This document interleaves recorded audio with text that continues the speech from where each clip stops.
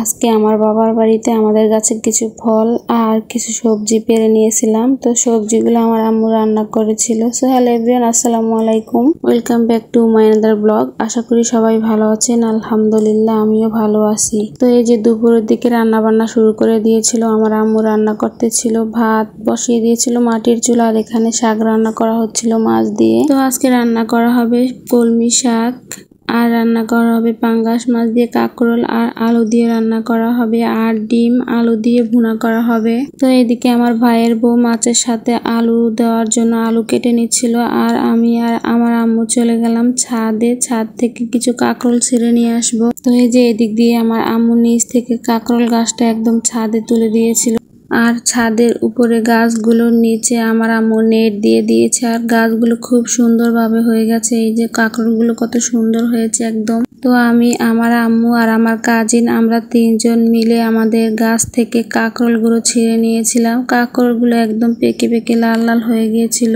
এই কাঁকরোলগুলো আমার কাছে ভেজে খেলে অনেক মজা লাগে, আর তাছাড়া রান্না করলেও খুব মজা লাগে। তো আমার আম্মু রান্না করব তাই বলছিল পেরে নিতে। তো আমার আম্মু এদিকে রান্না করতেছিল, আর আমি আর আমার কাজিন এদিকে ডেউয়া গাছ থেকে আমরা ডেউয়া পেরে নিচ্ছিলাম। তো আমাদের ভোলায় ডেউয়াকে বলে ডেউয়া, তো অন্য অন্য অঞ্চলে হয়তো অন্যভাবে বলে, কেউ বলে ডাউয়া। তো এই ডেউয়ার নাম কোন কোন অঞ্চলে কি কি নামে বলে অবশ্যই কমেন্টে জানাবেন। তো আমি আর আমার কাজিন মিলে কিছু ডেউয়া পেরে নিয়েছিলাম কাঁচা, কারণ এগুলো এখন পাকার সময় হয়ে গেছে।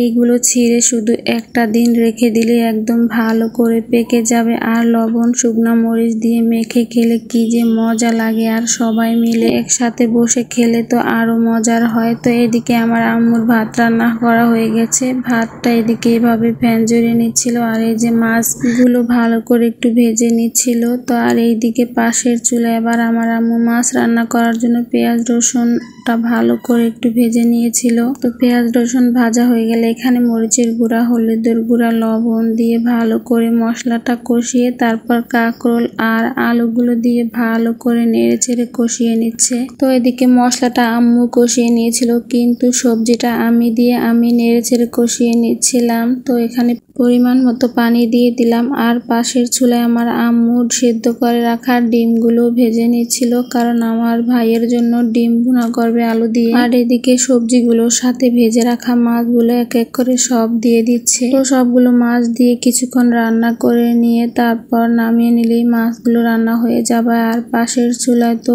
ডিম আলু ভুনা করা হচ্ছে। তো রান্না বান্না শেষ করে, এমনকি খাওয়া দাওয়াও শেষ করে আমরা আবার চলে গেলাম আমাদের গাছ থেকে কাঁঠাল পাড়ার জন্য। তো কাঁঠালটা পেরে দিচ্ছিল আমার খালতো বোনের হাজবেন্ড, মানে আমাদের একটা দুলা ভাই।